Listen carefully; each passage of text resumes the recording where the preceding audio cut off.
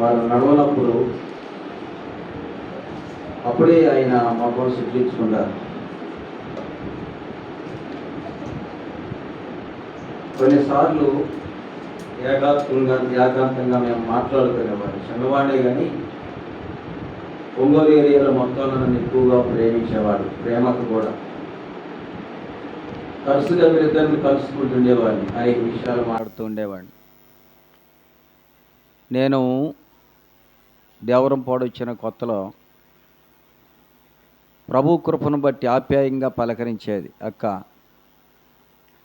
ప్రసాద్ అన్న వారి భార్య కూడా నాకు పరిచయమే. అంటే వాళ్ళు తర్వాత పిల్లలు లింకన్ అన్న మరి ఇంకెవరంతా నాకు పరిచయం అవుతూ వచ్చారు. క్రమేణా తుఫాను వచ్చి మా చర్చి మీద చెట్టుబడి రేకులన్నీ పగిలిపోయినప్పుడు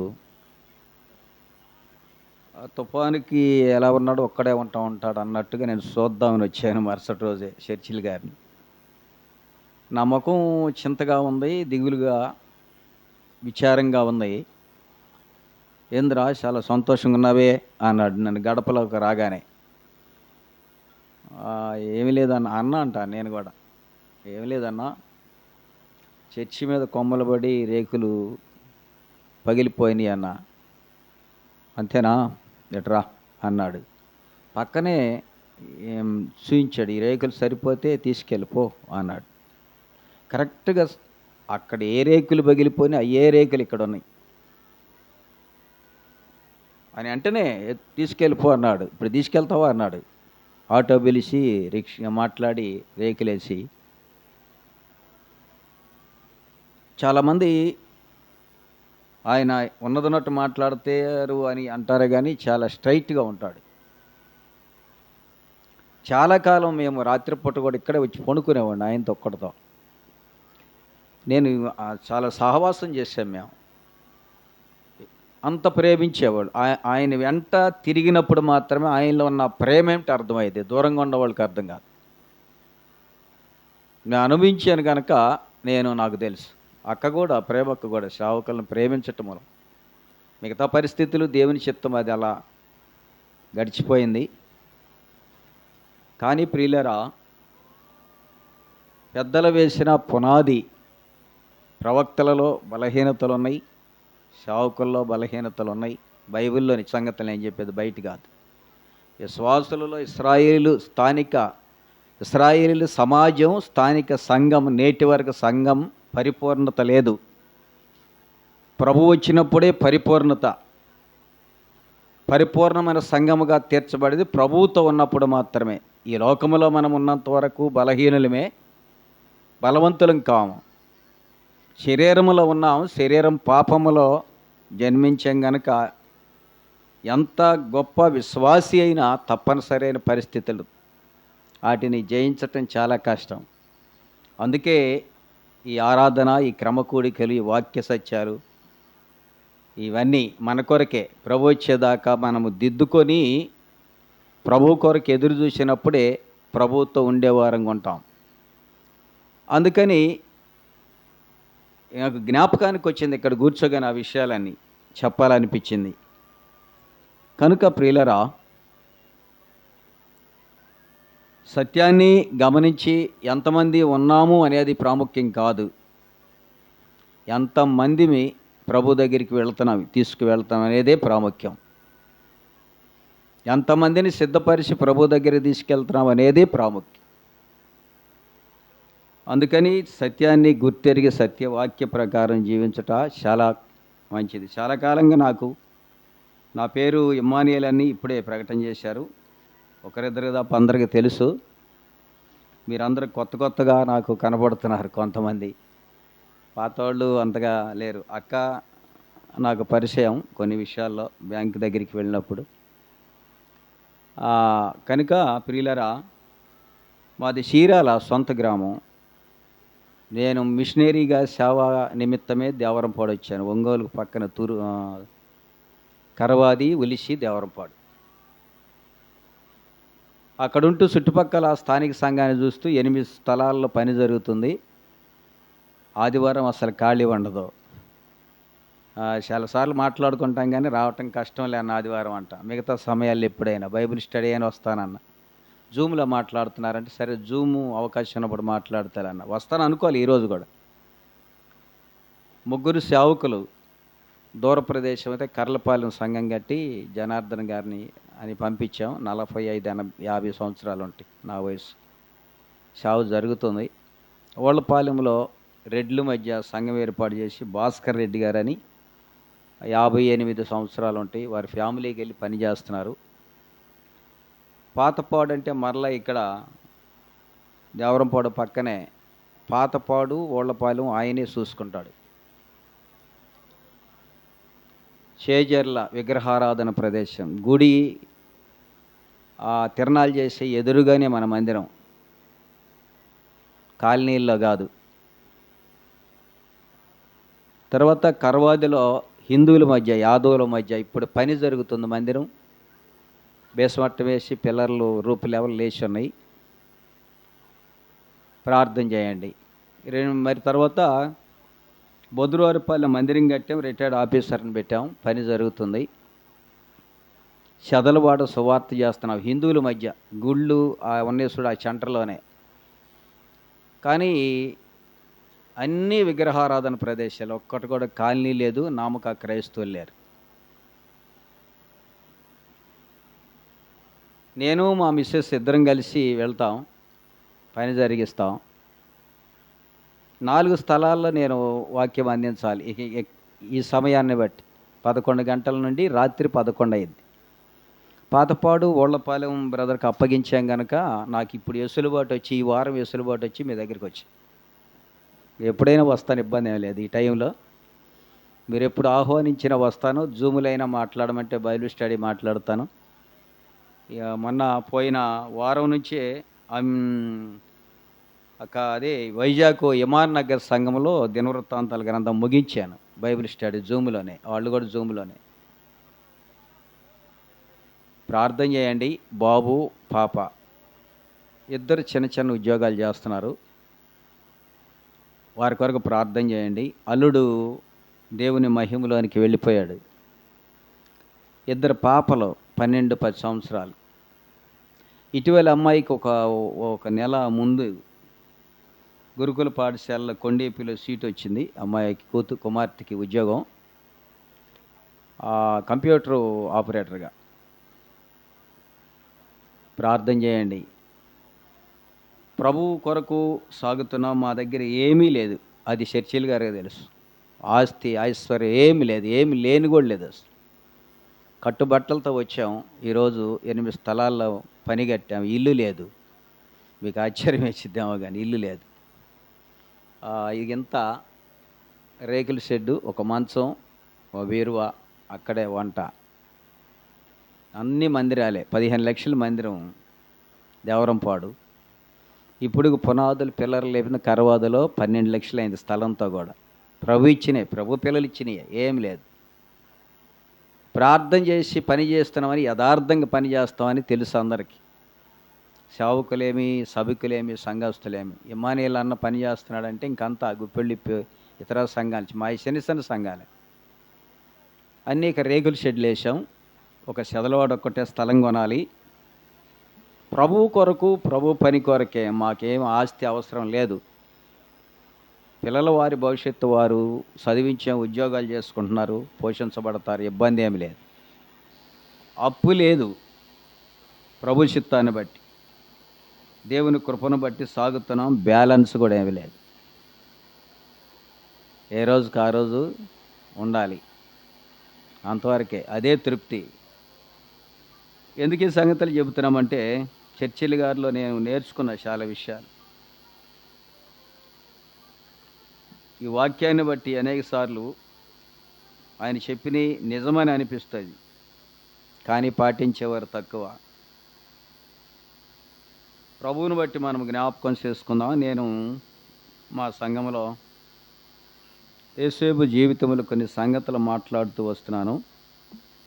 ఇక్కడికి వచ్చిన తర్వాత ఎందుకో పరిశుద్ధాత్ముడు దానిని ఆపి మరలా మాట్లాడమని ఒక ఆలోచన కలుగజేశాడు. అబ్రహాముని గురించి మాట్లాడదామని ఆలోచన కలిగింది. ఆదికాండం 24వ అధ్యాయం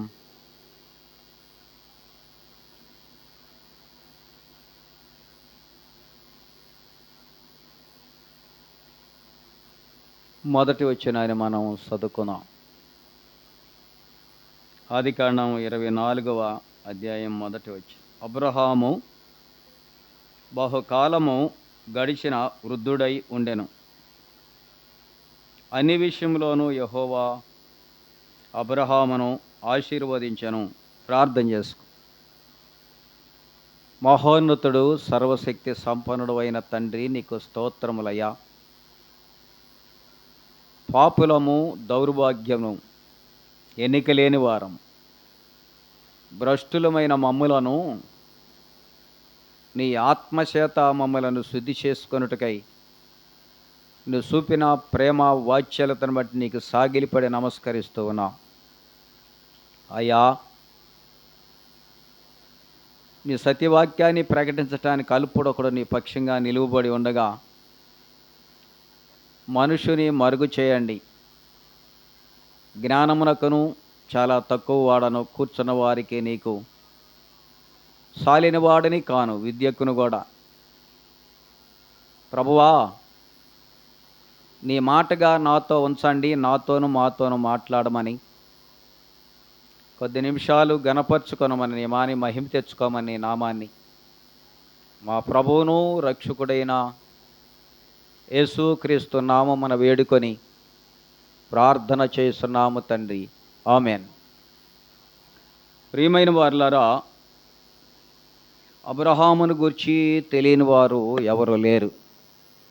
తెలిసిన భాగాలే మరలా చూస్తే కొంత ఆలోచన, అవగాహన వచ్చిద్దని అందుకు ఆలోచన చేస్తున్నాం. అబ్రహాము ఒక విగ్రహారాధికుడు. నిమ్రోదు ఏలుతున్న కనాను రాజ్యంలో షేము వంశస్థుడైన నాహోరు హాము దగ్గరికి వచ్చాడు. లోతు కుమారులిద్దరు, షేము, హాము. నిమ్రోదు గొప్ప పేరు సంపాదించాలని గోపురం కట్టడానికి సిద్ధపడినప్పుడు దేవుడు వారి భాషను తారుమారు చేసి చెదరగొట్టగా చెదిరిపోయిన వారిలో హాము ఒక ప్రదేశం, షేము ఒక ప్రదేశానికి వెళ్ళారు. హాములో ఉన్నటువంటి హాము సంతానమైన నాహోరు షేము దగ్గరికి వచ్చి ఉన్నట్టు వలన విగ్రహారాధన ప్రారంభమైంది. అబ్రహాము విగ్రహారాధనలో ప్రారంభించటం జరిగింది. వారు బొమ్మలను విక్రయం చేసి అమ్మేటివారు. బొమ్మలన్నా విగ్రహాలన్నా అవే. వాటిని చేసి అమ్మేటువంటి వారి వృత్తి అది. ఒక దినము అబ్రహాము ఒక బొమ్మను చేస్తూ ఉండగా ఆ బొమ్మ తల క్రింద పడి పగిలిపోవటం జరిగింది.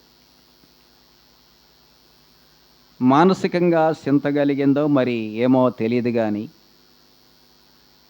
ఇంతమంది దేవుళ్ళను చేస్తూ ఉన్నాం, ఈ రూపాలన్నీ చేస్తూ ఉన్నాం, అసలు ఈ సృష్టికర్త ఎవరు అనే ఒక ఆలోచన వచ్చినప్పుడు అబ్రహాముతో దేవుడు మాట్లాడాడు. నేనే సర్వ సృష్టికర్త అయిన దేవుడను, నిన్ను సృజించిన వాడను, నిర్మించిన వాడను. యాకోబుతో అన్నట్లు అబ్రహాముతో పలికిన దేవుడు. అప్పుడు అబ్రహాము మాట్లాడాడు. అబ్రహాము దేవునితో, దేవుడైన యెహోవా నీవు లేచి రా అనేటప్పటికి అబ్రహాము బయలుదేరి ప్రయాణం చేస్తుండగా కొంత దూరం వచ్చి తన తండ్రి ఆటంకం వలన కొంత దూరం వచ్చి ఆగిపోవటం జరిగింది. అక్కడ నేను త్వరగా వెళుతున్నాను, మన పాఠం అది కాదు కదా, ఊరకు ఉపోద్గతం చెప్పు. తండ్రి చనిపోయిన తరువాత అబ్రహాము మరలా బయలుదేరి వస్తూ ఉన్నాడు. అబ్రహాము బయలుదేరి కానాను దేశానికి వచ్చి అక్కడున్న మాట 12వ అధ్యాయం చూడండి. ఆదికాండం 12వ అధ్యాయం అక్కడ మాట్లాడుతూ ఉన్నాడు. యెహోవా నీవు లేచి నీ దేశము నుండి, నీ బంధువుల నుండి, నీ తండ్రి ఇంటి నుండి బయలుదేరి నేను నీకు చూపించు దేశమునకు వెళ్ళుము. నేను గొప్ప జనముగా చేసి నిన్ను ఆశీర్వదించదను, నీ నామమును గొప్ప చేయదును. నీవు ఆశీర్వాదముగా ఉందువు, నిన్ను ఆశీర్వదించిన వారిని ఆశీర్వదించదను, నిన్ను దూషించు వారిని శపించదను. భూమి యొక్క సమస్తములు నీ యందు ఆశీర్వదించబడని అబ్రహాముతో యెహోవా అతనితో చెప్పిన ప్రకారం అబ్రహాము వెళ్ళెను అని చూస్తున్నాం. దేవుడిచ్చిన మాట ప్రకారం విశ్వాసం ఉంచబడిన అబ్రహాము బయలుదేరి కనాను దేశమునకు వచ్చి 7వ వచనం, యెహోవా అబ్రహామును ప్రత్యక్షమై నీ సంతానమునకు ఈ దేశం ఇచ్చేదనని చెప్పగా అతడు తనకు ప్రత్యక్షమై యెహోవాకు ఒక బలిపీఠము కట్టెను అన్నాడు.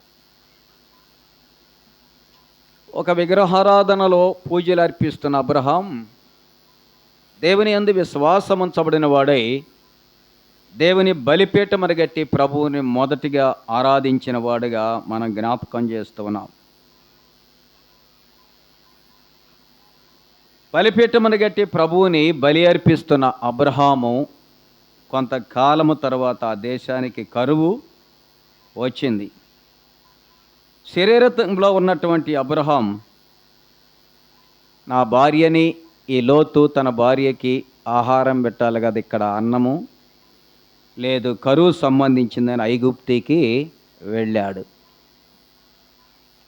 ప్రార్థన చేసి మరీ ఐగుప్తికి వెళ్ళాడు. చాలాసార్లు కూడా మనం అలా చేస్తాం.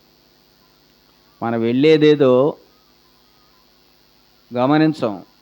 మన శరీరానికి కావాల్సిన అవసరాల నిమిత్తం కూడా ప్రభు చిత్తం, మరి ప్రభు వింటున్నాడా లేదా, లేకపోతే ప్రభు ఇష్ట ప్రకారం మనం ప్రార్థన చేస్తున్నామా అని నిలిచి ఆలోచించేవారుగా ఉన్నాం. అబ్రహాము కూడా అదే. ఆహారము నిమిత్తము కరువు వచ్చిందని ప్రార్థన చేసి మరీ బయలుదేరాడు. ఆ మాట కూడా అక్కడే ఉంది. 9వ వచనములో 8 చివరిలో 9వ ప్రార్థన చేశాను అని రాయబడి ఉంది. అక్కడే దక్షిణ దిక్కుకు వెళ్ళాడు. ఐగుప్తులో అబ్రహాముకు అవమానం జరిగింది. భార్యతో అబద్ధం చెప్పమని చెప్పాడు. గొప్ప విశ్వాసి అయిన శారమ్మ అబ్రహాముకు లోబడినదై దేవుని మాట ప్రకారం దేవుని మీద విశ్వాసం ఉంచబడిన ఆమె తల వంచి చెప్పమన్నట్లు చెప్పింది. ఆ దేశపు రాజు ఆమెను మోహించి తీసుకుని వెళ్ళాడు. దేవుడైతే గుర్తించినటువంటి ఎరిగినటువంటి సృష్టికర్త ఆ రాజుకు బుద్ధి చెప్పి అబ్రహామును శారాను అక్కడి నుంచి తీసుకొని వచ్చినట్లుగా మనం 12వ అధ్యాయంలో మనం చూడగలుగుతాం.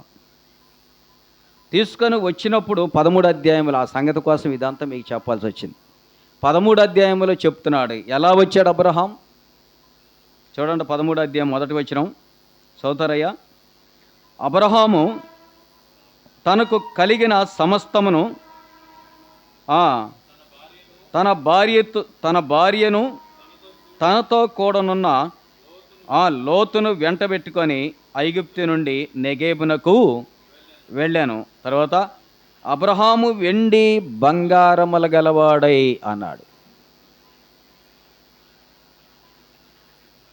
దేవుడైన యెహోవా అబ్రహామును ఆశీర్వదిస్తానని మాట ఇచ్చాడు. ఆశీర్వాదాలు అంటే పర సంబంధమైనవి కావచ్చు, భూ సంబంధమైనవి కావచ్చు. నమ్మిన వారిని విడిచిపెట్టేవాడు కానే కాదు. ఆయన నమ్మిన వారిని ఎన్నడూ విడిచిపెట్టడు. ఆయన మాట తప్పేవాడు అసలే కాదు. మాట తప్పని దేవుడు, మాట తప్పని దేవుడు, విడిచిపెట్టని దేవుడు అబ్రహాముకి ఏది అవసరమో స్థిరపడటానికి, భూలోకంలో స్థిరపడటానికి ఏది అవసరమో అది ఇవ్వకనే ఇచ్చేనట్లుగా మనం ఇక్కడ కనపరుస్తున్నాం. వాక్యంలో ఏమిచ్చాడు? వెండి, బంగారము, పశువులు కదా. అక్కడ జ్ఞాపకం చేసుకుంటున్న మాట అది. పశువులు కలిగి బహు ధనవంతుడై ఒక కరువులో లేనటువంటి వాడికి తన హృదయంలో ఆశించిన మేరకు ఐగుప్తుకి వెళితే బాగుండను అనుకున్నాడు. ఐగుప్తు నుంచి విడిచిపించి బుద్ధి చెప్పి సృష్టి యావత్తు నా స్వాధీనంలో లేవా అన్నట్లుగా మనసులో ఉంచి గుర్తు చేశాడు అబ్రహాముకి కదా. దేనిని ఆశించి వెళ్ళావో అబ్రహాం ఇవిగో నేను నీకు ఇస్తున్నాను అన్నాడు. దేవుడిచ్చాడా? తెచ్చుకున్నాడు ఐగుప్తు నుంచి? చెప్పండి, చెప్పండి. దేవుడిచ్చాడా? ఐగుప్తు నుంచి తెచ్చుకున్నాడా? నేను ఇచ్చాడంటున్నా. తెచ్చుకున్నాడా? ఇచ్చాడా? అక్కడే ఉన్నాయి. ఆ అధ్యాయమే, వేరే విషయం ఏమీ లేదు అక్కడ. తెచ్చుకున్నాడా? ఇచ్చాడా? దేవుడిచ్చాడు. చూడండి, వచ్చినాన్ని 14:22 14:22లో చదువుతారు. అబ్రహాము నేనే అబ్రహామును ధనవంతునిగా. మరి ఐగుప్తి రాజు ఇచ్చాడు ఏంది? దేవుడిచ్చాడు అంతే. దేవుడిచ్చాడు. ఆలోచన చేయాలి. ఒక నెల జీతం ₹1,00,000, బంగారపు గొలుసు రావచ్చు. అవసరానికి అది ఎక్కడ ఉండేది కూడా తెలియదు. కానీ దేవుడిస్తే అలాగే ఉండేది. ఇవ్వడా ప్రభు వెండి బంగారాలు? ఇవ్వడా? ఆలోచన చేయండి. ఇస్తాడా? ఇవ్వడా? మరి దేనికి అబ్రహాం మరి సోలిపోయి ఆహారం నిమిత్తం ఐగుప్తుకి వెళ్ళింది దేనికి? చాలాసార్లు మనం కూడా మాట అయితే చెప్తాం, కానీ నేనైనా మీరైనా కొన్ని విషయాల్లో ప్రభులో నిలబడలేం. ఆశీర్వాదాలు పోగొట్టుకుంటున్నాం అక్కడే. కొంత ఇబ్బంది, కొంత శ్రమే. తల్లి బిడ్డని కనాలి అంటే వేదన పడాలా వద్దా? వేదన పడాలా వద్దా? ఒక ఉద్యోగస్తులు మరొక ప్రమోషన్ రావాలంటే కష్టపడాలా లేదా? ఒక పనివాడు మంచి పేరు పొందాలి అంటే పనిలో నైపుణ్యత చూయించాలా లేదా? ఒక పిల్లవాడు తన పరీక్షల్లో మెరిట్ రావాలంటే కష్టపడి చదువుకోవాలి. విశ్వాస జీవితంలో మనం కూడా శ్రమ పడవలసిన అవసరం ఉంది. ప్రభు నిమిత్తం నిందపడాల్సిన అవసరం ఉంది. ప్రభు నిమిత్తం శ్రమ, నింద ప్రభు నిమిత్తమేనని అది గొప్పదని ఎంచి అన్నాడు పౌలు. అవమానమైన నిందైన అప్పుడేం గొప్ప మేలు మనము చూస్తాం. ఆహారం నిమిత్తం తినటానికి ఆహారం లేదని చెప్పి ఐగుప్తికి వెళ్ళాడు, కానీ ఎన్ని దినాలకి ధనవంతుడయ్యాడు. బహుధనవంతుడయ్యాడు. అన్నం లేని ఒక అబ్రహాము, అన్నము కూడా కరువచ్చి అన్నము కూడా లేని కానాను దేశంలో అబ్రహాం మరలా తిరిగి వచ్చినప్పుడు ధనవంతుడయ్యాడు. బహుధనవంతుడు. ఆలోచన చేయాలి. భూ సంబంధమైన వాటి మీద మనస్సు పెట్టకొడి అన్నాడు. పైనున్న వాటి మీదే మనసు పెట్టండి అన్నాడు. కొలసీ పత్రిక 3లో ఆ మాటలు. అందుకే అబ్రహాం బహు ధనవంతుడు అయ్యాడు.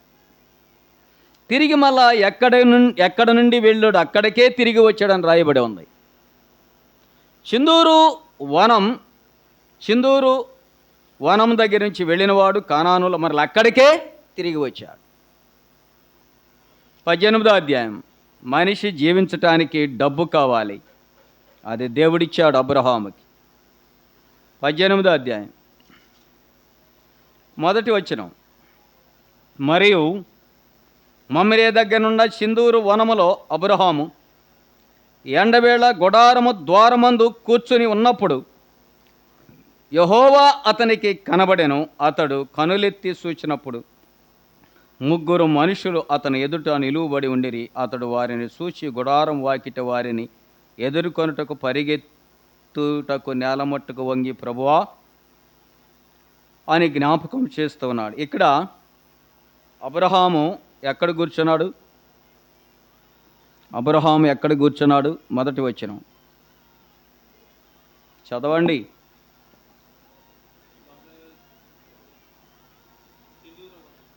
అబ్రహాం ఎక్కడ కూర్చున్నాడు? గుడారపు ద్వారం అంటే చిన్న ఇల్లు కూడా ప్రభు ఇచ్చాడు అబ్రహాంకి. మనిషి బ్రతకటానికి భూలోకంలో డబ్బు కావాలి, ధనము కావాలి, మొదటి మాట. రెండవది ఇల్లు. మన కోరుకునేది కూడా అదే కదా, మన కోరుకునేది కూడా అవునా కదా? కోరుకునేది డబ్బు లేదు, డబ్బు సంపాదించా నీకేమనుకుంటా చెప్పండి? ఈ పూరిల్లు తాటికలతో వేసుకున్నాం, ఇప్పుడు కొంచెం రేకులు వేసుకుంటే బాగుండేది కదా అనిపించి తర్వాత బిల్డింగ్ వేస్తాం. అంతేనా? కన్స్ట్రక్షన్ మారిద్ది, బిల్డర్ అన్నకు తెలుసు. వాస్తవం అంతేనా? మానవుని ఊహ దేవుడు ఎరిగే ఉన్నాడు. అబ్రహాము చిన్న ఇల్లు కూడా ఇచ్చాడు. 8 మజిలీలు చేశాడు. ఇక్కడ కాదు అక్కడ, అక్కడ కాదు అక్కడ, అక్కడ కాదు అక్కడ, ఇంకో చోట అని 8 మజిలీలు చేశాడు. ఆ పేర్లన్నీ మీరు చూసుకోండి, చదివితే అర్థమవుతుంది. అబ్రహాం తిరిగి మరలా ఎక్కడికి వచ్చాడు? బలిపీఠం దగ్గరికే. బలిపీఠం దగ్గరే పిచ్చుకులకు గూళ్ళున్నవి అన్నాడు ప్రభు. మనమే బలిపీఠము దగ్గరే నీ నివాసం,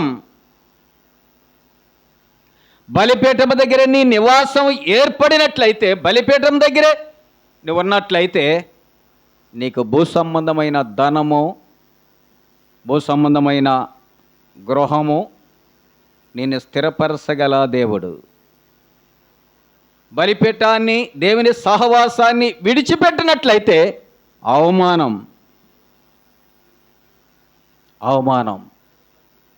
ఆశీర్వాదిస్తానన్న దేవుడు అబ్రహాముని క్రమేణా ఆస్తి, ఐశ్వర్యము, బంగారము, వెండి, బహు విస్తారమైన ధనవంతుని చేశాడు.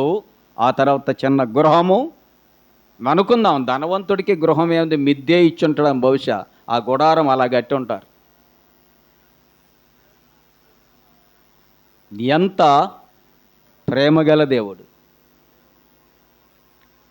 మనం ఎన్ని ఆలోచనలు చేసినా మన ప్రణాళిక దేవుని చిత్తమై ఉన్నది. మన అవసరతలు ఎరిగిన దేవుడు ఆయన. అబ్రహాము అవసరతలు ఎరిగిన దేవుడు. అబ్రహాము దేవుని మాట ప్రకారం వచ్చాడు, ఆశీర్వదిస్తానన్నాడు కనుక వచ్చాడు, నమ్మకంతో వచ్చాడు, విశ్వాసంతో వచ్చాడు. వచ్చిన అబ్రహామును ఆశీర్వదిస్తూ ఉన్నాడు. మా అయ్యా ఆలోచన చేయండి. నీ నమ్మకం, నీ విశ్వాసం, మన విశ్వాసం, మన నమ్మకం మనం ధనవంతులను చేస్తుంది. ఏదో పెట్టుబడి పెట్టి వ్యాపారం చేస్తేనే కాదు, దేవుని మీద నమ్మకం, విశ్వాసం. ఒకరికి బంగారపు కొట్టు ఉండొచ్చు, మరొకరు బంగారం తయారు చేసే వృత్తి ఉండవచ్చు. అది దేవుని మీద నమ్మకం, విశ్వాసమును బట్టి అబ్రహాము ఆశీర్వదించబడ్డది. రెండు విషయాలు మనం జ్ఞాపకం చేస్తూ ఉన్నాం. చూడండి, మరొక వచనాన్ని మనం జ్ఞాపకం చేసుకుందాం. 22వ అధ్యాయం 22వ లేక 18వ అధ్యాయం 10వ వచనం చూడండి. అక్కడే 10వ వచనం. గుడారమునకు చేరి వచ్చిన అబ్రహామును చూడాలని, అబ్రహామును ఆశీర్వదించాలని గుడారానికి చేరి వచ్చినటువంటి ప్రభు అక్కడున్న మాట 10వ వచనం, 18:10. అందుకైన మీదిటికి కాలమందు నీ యొద్దకు నిశ్చయముగా మరలా వచ్చేదను.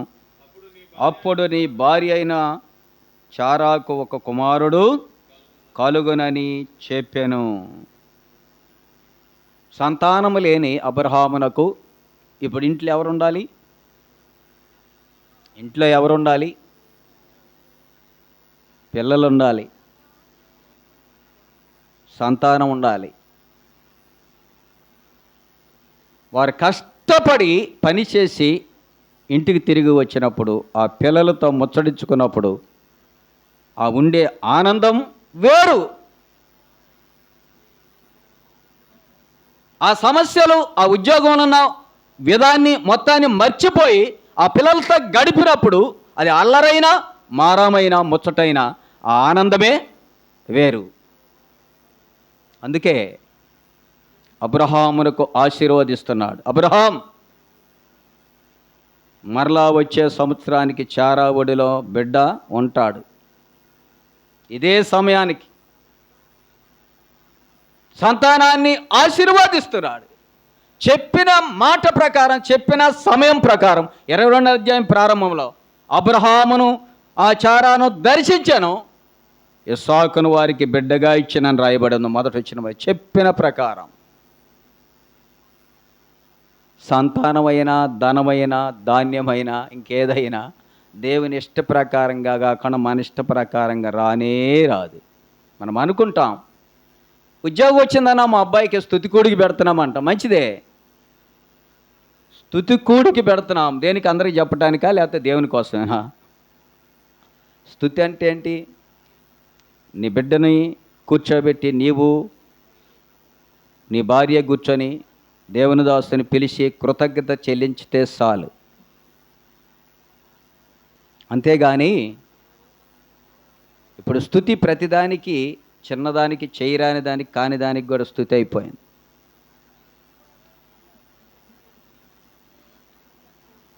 ఎంత విచిత్రం! ఆ డబ్బు దేవుని సేవకి, సువార్త ఖర్చు పెడితే, ఒక ఆత్మ రక్షించబడితే పరలోకముని ప్రతిఫలం అధికమవుతుంది. అందరికీ తెలియపరచాల్సింది మంచిదే, కానీ దానివల్ల ఇబ్బందులు ఏందో తెలుసా మీకు? సువార్త చెయ్యాలని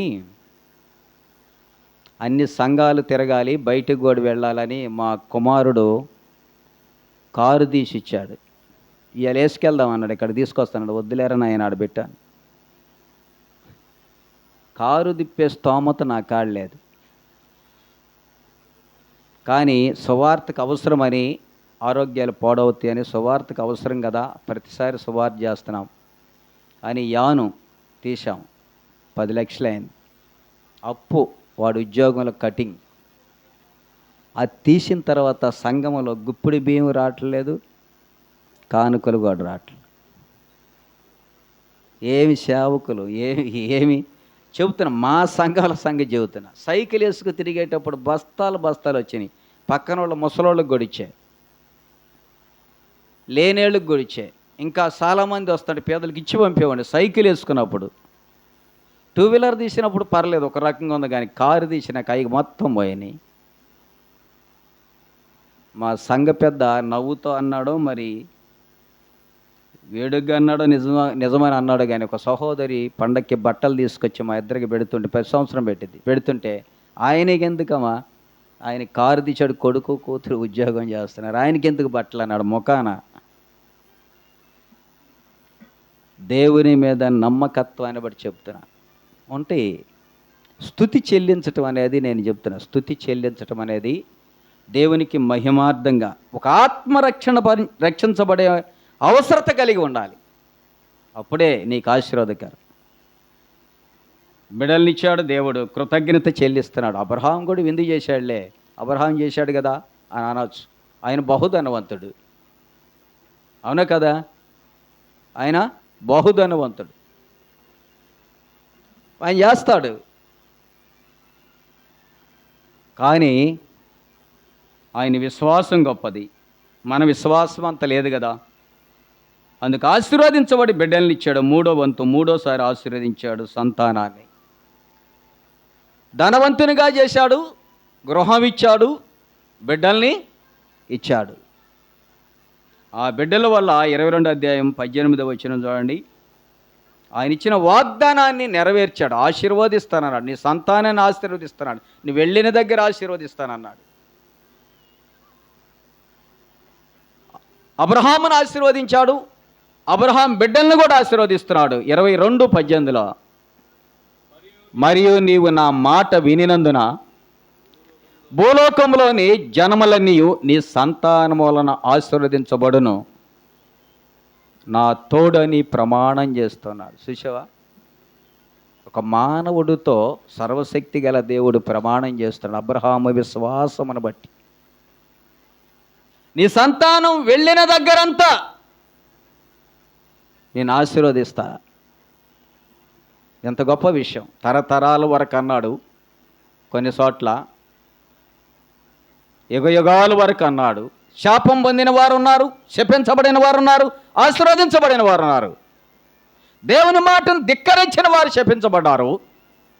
తరతరాల వరకు దేవుని మాటను యందు విశ్వాసం ఉంచబడిన వారు, నమ్మిన వారు తరతరాలకు ఆశీర్వదించబడ్డారు. అబ్రహాము తన తరతరాలకు వంశ పారంపర్యం ఆశీర్వదించబడ్డ. అందుకే 24 అధ్యాయంలో ప్రారంభంలో ఉన్న అబ్రహాము బహుకాలము గడిచిన వృద్ధుడై ఉండెను, అన్ని విషయములలో యెహోవా అబ్రహామును ఆశీర్వదించెను. ఎందుకు ఆశీర్వదించాడు? మరలా వెనక్కి వెళ్దాం. 12వ అధ్యాయం 12వ అధ్యాయంలోనికి మనం వెళ్దాం వెనక్కి. ఆయనలో అంత పట్టుదల, విశ్వాసం, దేవుని మీద నమ్మకం ఎందుకు వచ్చింది? దేవుని చెప్పిన మాట ప్రకారం అబ్రహాము దేవుణ్ణి వెంబడించాడు. ఏం చెప్పాడు? 12వ అధ్యాయం ప్రారంభంలో చూడండి. యెహోవా నీవు లేచి నీ దేశము నుండి, నీ బంధువుల నుండి, నీ తండ్రి ఇంటి నుండి బయలుదేరి నేను నీకు చూపించు దేశమునకు వెళ్ళము అన్నాడు. మొదటి మాట దేన్ని విడిచిపెట్టమన్నాడు? దేన్ని విడిచిపెట్టమన్నాడు? మొదటి మాట చెప్పండి, అక్కడ ఉండదేనండి. దేశం. దేశం అంటే మనుషులే. చెప్పండి, అది కూడా అందరూ చదువుకున్న వాళ్ళే కదా. నేనంత 8th క్లాసే, 8వ తరగతి నేను కూడా. మనుషులు కదా. దేశం అంటే మట్టి కాదోయ్, మనుషులన్నాడు మహాకవి. దేశం అంటే మనుషులే, లోకమన్నా మనుషులే. లోకములో పాపముంది. ఆదాము నుండి సమస్త మనుషులందరూ పాపముతో నింపబడి ఉన్నారు. పాపమును బట్టి మరణానికి, ఆరుని అగ్నిగుండానికి వెళుతూ ఉన్నారు. ఆ పాప లోకం, ఆ భ్రష్టత్వమైన లోకం, ఆ దేశం, దాన్ని విడిచిపెట్టి నా వద్దకు రమ్ము అన్నాడు. దేశాన్ని విడిచిపెట్టమంటే వేరే విషయం. అబ్రహాము ఆ దేశం విడిచిపెట్టి కానాను దేశానికి వచ్చాడు కాదని అనట్లేదు. కానీ దేశం విడిచిపెట్టాలంటే ఏం చేయాలి చెప్పండి? దేశంలో ఉన్న పాపపు మనుషులను, పాపపు స్నేహములను, పాపపు ఊహలను, పాపపు ఆలోచనలను, పాపపు తలంపులను విడిచిపెట్ట అబ్రహాం. విడిచిపెట్టకపోతే నా ఆశీర్వాదాలు నీకుండవు. విడిచిపెట్టాడు. దేవునితోనే సహవాసం చేశాడు, స్నేహం చేశాడు. దేవుడు అబ్రహాము స్నేహితుడు అనిపించుకున్నాడు. దేవుని ఊహలలో, దేవుని తలంపులలో, దేవుని యొక్క అనుచరణలో, దేవుని అడుగుజాడల్లో నడిచిన వాడు, దేవుని మాటను ఆయన విని ఆయనతో నడిచిన వాడు, వెంబడించిన వాడు అన్నాడు అబ్రహాం. ఈ లోకము కానీ లోకములో ఉన్నవారిని కానీ వెనుదిరిగి చూచిన వాడు కాదు, అందుకే ఆశీర్వదించబడ్డాడు. రెండవ మాట అక్కడ అంటున్నాడు, దేశం అంటే మాట వాక్య సత్యాన్ని మీకు జ్ఞాపకం చేస్తూ ఉన్నాను. అక్కడ ఉన్న మాట గలతీయులకు రాసిన అది 1 యోహాను పత్రిక 2వ అధ్యాయం 15 వచనంలో ఆ మాటలు రాయబడని చూడండి. 1 యోహాను పత్రిక 2వ అధ్యాయంలో దేశంలో ఉన్న పాపం అక్కడ చెబుతున్నాడు, లోకములో ఉన్న వాటిని విడిచిపెట్టమన్నాడు. వచనాన్ని జ్ఞాపకం చేస్తున్నా 2వ అధ్యాయం 15 వచనం ఏమంటున్నాడు? లోకములో ఉన్నదంతయు అనగా శరీరాశ, నేత్రాశ, జీవడమ్మం తండ్రి వలన పుట్టినవి కావు, అవి లోక సంబంధమైనవే. లోకమును దాని ఆశలను గతించిపోతున్నవి కానీ దేవుని చిత్తమును జరిగించేవాడు నిరంతరము నిలుచును. నేత్రాశ, జీవపడంబం కదా ఉన్నవి, నేత్రాశ, జీవపడంబం ఉన్నవి, శరీరాశ ఉన్నది, వాటిని విడిచిపెట్టాలి. దేశములో ఉన్నాయి, లోకములో ఉన్నాయి, శరీరాశ ఉంది, నేత్రాశ ఉంది, జీవపడంబం ఉంది, గంభీరత్వం, డంబం, పొంగుట అంటాం, అది పొంగు. విడిచిపెట్టామా అబ్రహాం వలె ఆశీర్వదించబడతాం. అబ్రహాము వాటిని విడిచిపెట్టాడు కనుకే బహుధనవంతుడయ్యాడు, అనేకులకు తండ్రి అయ్యాడు, అన్ని విషయాల్లో ఆశీర్వదించబడ్డాడు. లోకమున వాటిలో ఉన్న వాటిని విడిచిపెట్టాలి, తండ్రి చిత్తాన్ని నెరవేర్చాలి. దేవుని చిత్తాన్ని నెరవేర్చాడు అబ్రహాం, అందుకే ఆశీర్వదించబడ్డాడు. రెండవ మాట నీ ఏమంటున్నాడు? బంధువుల యొద్ద నుండి అన్నాడు. మన బంధువులు ఎవరు చెప్పండి? అక్క, చెల్లె, అన్న, వాళ్ళని కూడా విడిచిపెట్టమన్నాడు, మంచిదే కాదు. కానీ చెప్పండి మన బంధువులు ఎవరు? గలతీయులకు రాసిన పత్రిక 5వ అధ్యాయం 19వ వచనం చూడండి. అసలైన మన బంధువులు ఉన్నారు. గలతీయులకు రాసిన పత్రిక 5వ అధ్యాయం 19వ వచనం. శరీర కార్యములు స్పష్టమైనవి, అవేవనగా జారత్వము, అపవిత్రత, కామతత్వము, విగ్రహారాధన, అభిచారము, ద్వేషములు, కలహములు, మత్సరములు, క్రోధములు, కక్షలు, భేదములు, విమతములు, అసూయలు, మత్తత్తులు, అలరితో కూడిన ఆటపాటలు. ఇవి పరీక్షించుకోవాల్సిన అవసరం ఉన్నది. అబ్రహాము విడిచిపెట్టి తండ్రి చిత్తాన్ని నెరవేర్చాడు. మన బంధువులై, శరీరానికి బంధువులు కదా, శరీరానికి బంధువులై, ఆత్మకు బంధువులై, మన అవయవానికి బంధువులు. ఏమంటాం చెప్పండి? కోపం వస్తే ఏమంటాం? నేను బాప్తిసం పొంది కానీ కనుక లేకపోతే నీ అంత చూస్తానంటాడు కదా, అంతేనా? బాప్తిసం పొందకపోతే ఇప్పుడు ఏమైంది చూడరాదు. నేను బాప్తిసం పొందాను కానీ లేకపోతే ఎంత చూస్తానంట. ఆ పాతది పోలా, చచ్చిపోలా. ఆ పాతది చచ్చిపోలేదు, ఆ పాతది బతికున్నది కనుక ఆశీర్వాదాలు పోగొట్టుకుంటున్నాం. ధనవంతులంగా లేకపోతున్నాం, ఐశ్వర్యవంతులంగా లేకపోతున్నాం, భాగ్యవంతులంగా లేకపోతున్నాం, దరిద్రులుగానే ఉన్నాం. కారణం ఏమిటి? శరీర సంబంధమైన వాటిని, మన తండ్రి, మన బంధువులను, వాటిని విడిచిపెట్టలేకపోతున్నాం. నేనైనా నువ్వైనా అబ్రహాము జీవితంలో ఆశీర్వాదాలకు కారణాలు మనం వెతుక్కోవాల్సిన తండ్రి చిత్తమును నెరవేర్చాడు అబ్రహాం. విడిచిపెట్టమన్నా విడిచిపెట్టాడు. జారత్వాన్ని విడిచిపెట్టాం, మంచిదే. అపవిత్ర విడిచిపెట్టాం, మంచిదే. కామాతురత్వం విడిచిపెట్టాం, మంచిదే. విగ్రహారాధన, అభిచారము, ద్వేషము విడిచిపెట్టాం. కలహం, మత్సరం, క్రోధం, కక్షలు ఉన్నవా? కొలస్సీ రాసిన పత్రిక 3:5 అన్నాడు, ఇప్పుడైతే మీలో కోపము, మత్సరము, వ్యసనము అని రాయబడి ఉన్నాయి అక్కడ కూడా. వాటిని విసర్జించండి అన్నాడు. వాటిని వెలివేయండి అన్నాడు మరొక చోట. ఎక్కడి నుంచి? మన శరీరములో నుంచి. ఆ పరిశుద్ధుడైన పరిశుద్ధాత్మకు మనకు చోటిద్దాం, దేవుని వాక్యానికి చోటిద్దాం. అబ్రహాము ఆయన శరీరములో ఆత్మలో ప్రభు ఆత్మను చేర్చుకున్నాడు కనుక ధనవంతుడయ్యాడు, మంచి స్నేహితుడయ్యాడు ప్రభువుకి. ప్రియమైన వారులారా, ఎన్ని ఆశీర్వాదాలు మనం పోగొట్టుకుంటున్నాం. శరీరమును బంధువులను విడిచిపెట్టాలి. సమయం చెప్పలేదు, నేను ముగిస్తున్నాను త్వరగానే. నీ తండ్రి ఇంటిని నుండి బయలుదేరన్నాడు. తండ్రి ఇల్లు, తండ్రి ఇల్లు. మన తండ్రి ఎవరు? ఇప్పుడు కాదు, గతంలో మన తండ్రి ఎవరు? గతంలో మన తండ్రి ఎవరు చెప్పండి? గతంలో మన తండ్రి యోహాను సువార్త 8:44. యోహాను సువార్త 8:44. ఇప్పుడైతే యేసు ప్రభు అప్పటికప్పుడు ఎవరు మన తండ్రి? 44 చదవన్నా.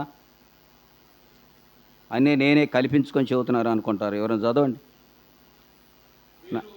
మీరు మీ తండ్రి యగు అపవాది సంబంధులు మీ తండ్రి దురాశలను నెరవేర్చుకొని గొరుస్తున్నారు. ఆది నుండి వాడు నరహంతకుడు, సత్యమందు నిలిచినవాడు కాదు, వాని యందు సత్యమే లేదు. వాడు అబద్ధికుడు, తన స్వభావమును అనుసరించుటే మాటలాడును. వాడు అబద్ధికుడు, అబద్ధమునకు జనకుడునై ఉన్నాడు. ఎవడు? అపవాది.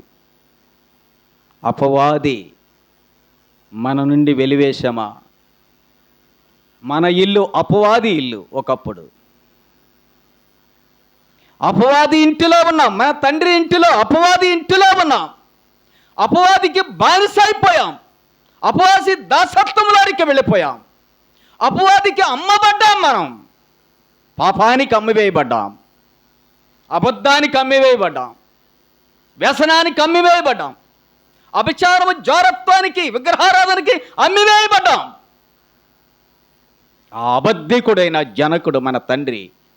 అపవాది నుండి విడిపించామా? విడిపిస్తే మరి ఎందుకని ఎంత చూస్తానంటాం అప్పుడప్పుడు. ఏందమ్మా కోటమ్మ, సుశాలమ్మ రాలేదే, ఏం సంగతి అంటే, అయ్యో ఆ మాట నా ముందు ఎత్తమాకు.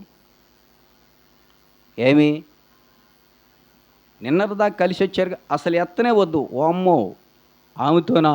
ఇంకో మాట అంటే దానితోనా అనిద్ది.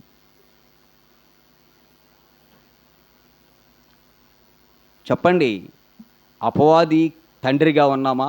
యేసుక్రీస్తుకు తండ్రిగా ఉన్నాం, యేసుక్రీస్తు కుమారులుగా ఉన్నామా? అపవాదికి కుమార్తెలుగా ఉన్నామా? అబ్రహాము విడిచిపెట్టాడు, అపవాదిని విడిచిపెట్టాడు, అపవాది ఆ ఇంటిని విడిచిపెట్టాడు, ఆ స్థానాన్ని విడిచిపెట్టాడు, ప్రభు ఇంటిలోకి వచ్చాడు. ప్రభు ఇంటిని, తన హృదయాన్ని ప్రభు ఇంటిగా చేసుకున్నాడు, హృదయంలో చేర్చుకున్నాడు ప్రభువుని.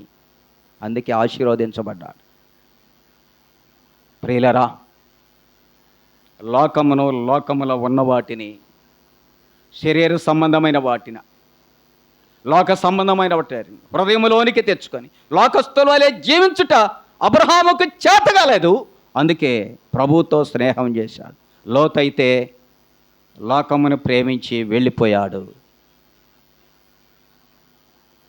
కానీ పాపము చేసి శపించబడ్డాడు. నేటికిని శపితమైన జనముగా మిగిలిపోయారు వారు. అబ్రహాము నిలువురమైన పట్టణము కోసం 11:7 అనుకుంటావు ఎబ్రీయులకు రాసిన పత్రిక. నిలువురమైన పట్టణం కోసం ఎదురు చూస్తూ ఉన్నాడు. ఆలోచన చేయండి. మనకొక పట్టణం ఉంది, అది బంగారములతో, వెండితో, ముత్యములతో, వెలగల రాళ్లతో అంతస్తులు కలిగిన మహాపట్టణం. సువర్ణమైన శుద్ధి సువర్ణమైన ముత్యములతో పొదిగింపబడిన మహాపట్టణం. 750 సచ్చౌకమైన బారులు వెడల్పు కలిగిన మహాపట్టణం. అక్కడ ప్రభువు మనలను ఉంచటానికి సిద్ధపరుస్తూ ఉన్నాడు. ప్రభువు వచ్చి తీసుకొని వెళ్ళి ఆ పట్టణంలో ఉండటానికి ఇష్టపడుతూ ఉన్నాడు. ఎవరైతే ప్రభువునందు నమ్మకత్వం కలిగి లోకమును సమస్తమున్న వాటిని విడిచిపెట్టి ప్రభుతో స్నేహం చేసినట్లయితే భూ సంబంధమైన అన్ని ఆశీర్వాదాలు, పర సంబంధమైన అన్ని ఆశీర్వాదాలు ప్రతిఫలం మనం పొందుకోవటానికి, తండ్రి దగ్గర నుంచి పొందుకోవటానికి ఇష్టపడుతూ ఉన్నాం. లేకపోతే తీర్పులో ఉండవలసిన అవసరత. అపోస్తుల కార్యాల గ్రంథం ముగిస్తున్నాను చివరి వచనంతో 3:26 వచనములు అన్నాడు. చూడండి, మొదటిగా మన దుష్టత్వము నుండి మళ్లించుటకు, మనల్ని ఆశీర్వదించుటకు ఆయన మొదటిగా వచ్చెను అన్నాడు. ఇంకీ కృపాయుగంలో ప్రభు జ్ఞాపకం చేస్తాడు. ఇంకా లోకములోనే, పాపములోనే, దుష్టత్వములోనే, దుర్నీతిలోనే, అతిక్రమములు, దోషములు, పాపముల చేత కొట్టబడుచున్నవా?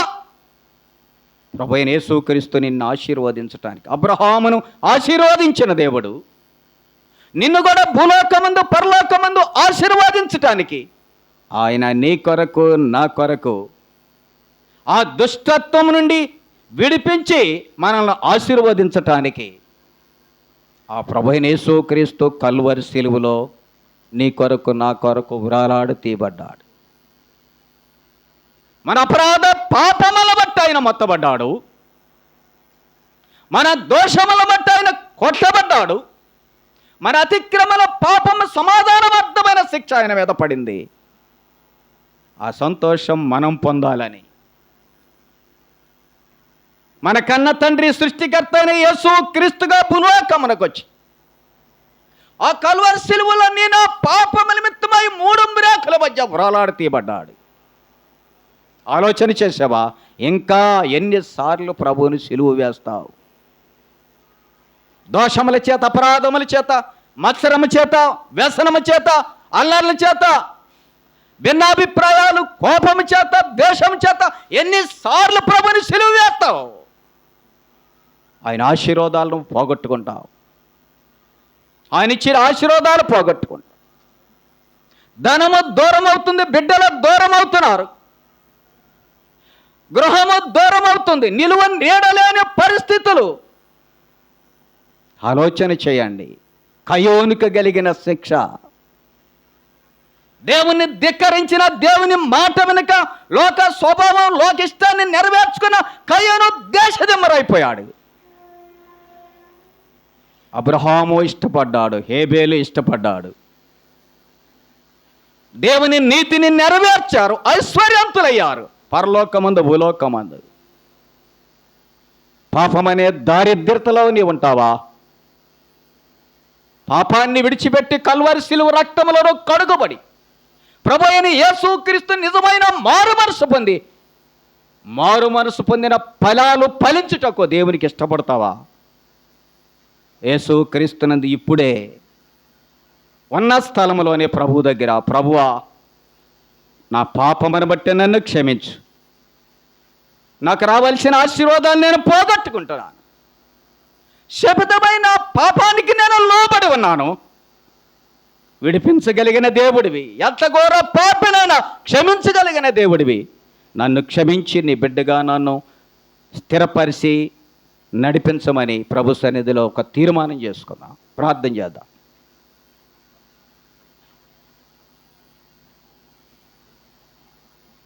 తలలు వంచండి. అలాగే మనసులో 2 నిమిషాలు ప్రభుతో మాట్లాడండి. ఎన్ని ఆశీర్వాదాలు పోగొట్టుకుంటాం, భూ సంబంధమని, పర సంబంధమని.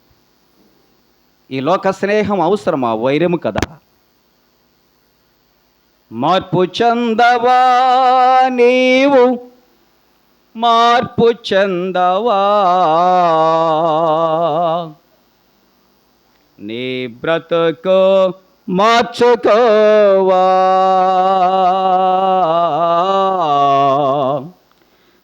బ్రతుకు మార్చుకోవా, అనుకూల సమయం ఇదే అని ఎరిగి మారు మనసును పొందవా,